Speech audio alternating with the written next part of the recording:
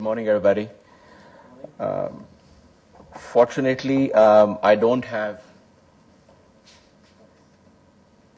any slides with me. Fortunately or unfortunately, I don't know. It's all here. So I'm just going to talk, and I would request that if you have any questions, please stop me while I'm talking. Let's make it interactive. Let's make it where we can make it fun. So the topic which I had to speak on today was, what are the opportunities for Indian exporters in changing global scenario? So what's the global scenario? Let's first try to evaluate when we are saying changing global scenario, what do we mean by changing global scenario? Because if you understand that, then maybe our life would be a bit more simpler in trying to evaluate what do we need to do. So what's happening in the global scenarios, you open up the, your television sets every day in the morning, and, you try to see and say, what is going on. And what's going on is not very happy. It's not very pleasant. You see gloom, you see doom. It's the, challenges happening where we try to see, and this reducing mall traffic. I'm just restricting myself to the industry, as opposed to what's happening in Iraq or what's happening in Syria. That's not what we are debating about today. We're trying to see what's happening in the industry. So we see the mall traffic is not as good as what it was. New malls come up, the old malls kind of suffer. The new malls don't try to do good business either, because people don't have disposable income in their pockets. So it gets challenging. So there's weakening mall traffic. And what's happening is, the second thing which is compounding the problem is the stuff in the store kind of looks the same. So you go to, I'm talking about the major mass merchants who kind of do business. So you go to one store, you go to the other store, you go to the third store, they've got bottoms, they've got blouses, they've got dresses, and at the end of they all kind of look same. And there is no kind of a distinctive factor as to if you want to go and buy a particular stuff. You want to wait. So when you wait, what happens is there's a pressure which kind of builds in, because the gentleman spoke about inventory, and that's what you kind of, there's a push happening. There's a next month product coming in, and this month product is not selling. And that kind of wants you to push the product out.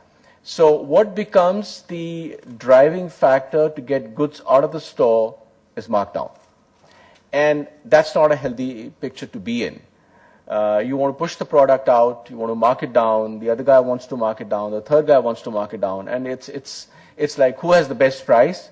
And I just need to wait for a couple of weeks, and the same pant, I can get it for maybe $20 cheaper. So the markdown becomes the driving factor, and the customer has got so used to, 50% off, 60% off, 70% off, and the push then kind of happens that the markdown is the driving factor. It's not the product. So it becomes a very challenging state of the consumer driving the price as vis-a-vis the retailer driving the price of what he's trying to sell into the stores.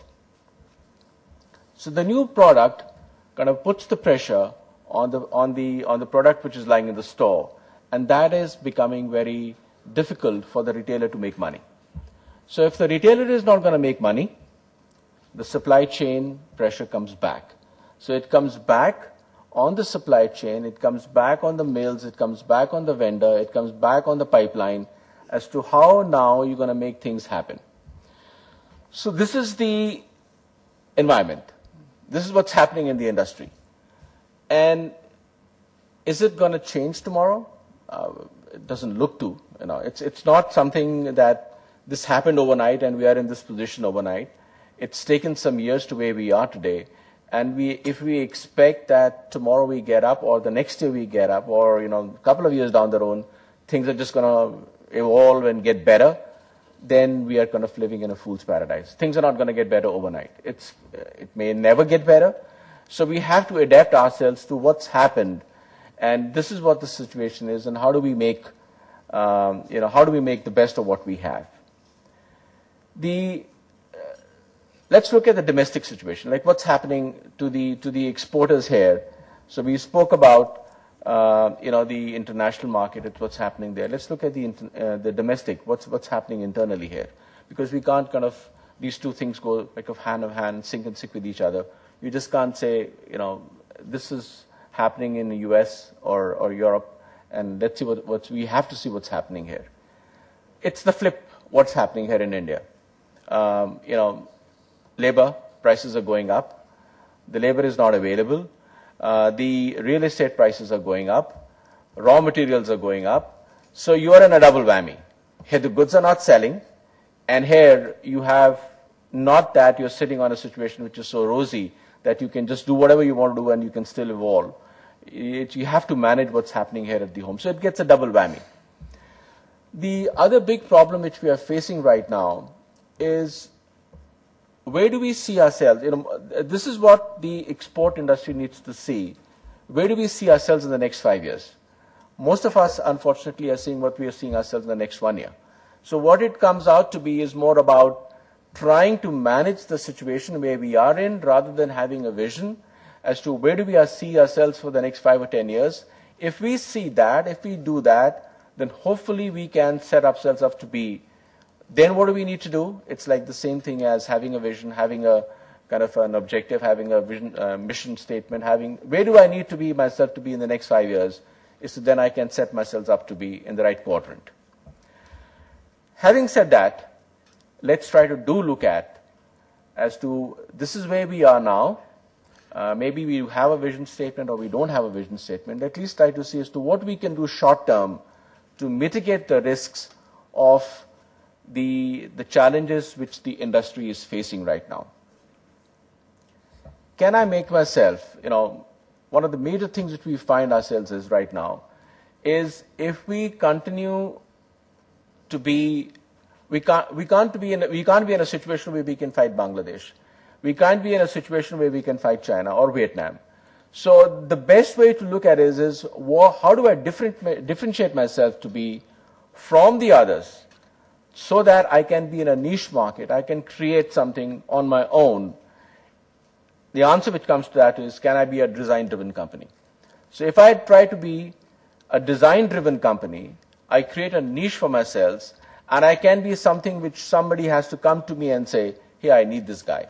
I need to be with him because he is design-driven. He presents something which I don't have or which I can't get, and I can differentiate myself to be differently from the other guys. So being a design-driven company, differentiate myself and create a niche for myself. Other short-term thing which I can do is do it right the first time. What we see in our processes is that most of the time we're repeating things, sending things again and again. If I have to send a fit approval sample, maybe I'll get approved in the next 3 times. Can I make sure that if I do it right the first time, I create some synergy, I create some time, I create my value in the process, handling can be reduced, money can be saved, how I can make this more effective. The other way of looking at it is, the customer feels that this guy knows what he's doing. So you create a niche for yourself to say he does it right the first time. That's a niche. That's another thing which you can create for yourself and say, I've created a niche for myself that whatever I do, whatever I touch, I do it right the first time, and that's my niche. It may not be design, but it may be doing it right the first time. Huge benefits can be drawn if you do it right the first time, where cost, time, lead time, lot of things can, or even by making a name for yourself, he does it right the first time. The biggest challenge, one of the biggest challenges which we face in our industry is communication. Somebody sitting 10,000 miles away, what I say, what he or she interprets, could be 2 different things altogether. By communication, timely, is such a huge benefit which you can draw, which the customer depends on you that this guy, what he tells me is right. He has a design, he has a niche, he does it right the first time, and he communicates with me and he tells me the right things at the right time, and he does not hide things from me, is a huge benefit. So I kind of communicate, or I tell my people, or I teach my people, or I train my people that please make sure that you communicate right the first time, be open with your customer, don't hide things from him, and make him a partner. Make him your partner in giving him the right information at the right time and making life simpler and better for all involved. So that's another step which we can do, where we can say how we can make life better for each other.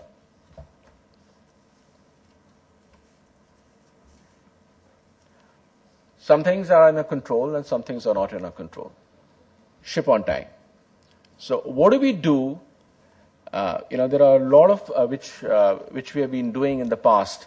We have been working ad hoc. There's so many processes which we have, which kind of are ad hoc, which have been going on for so many years.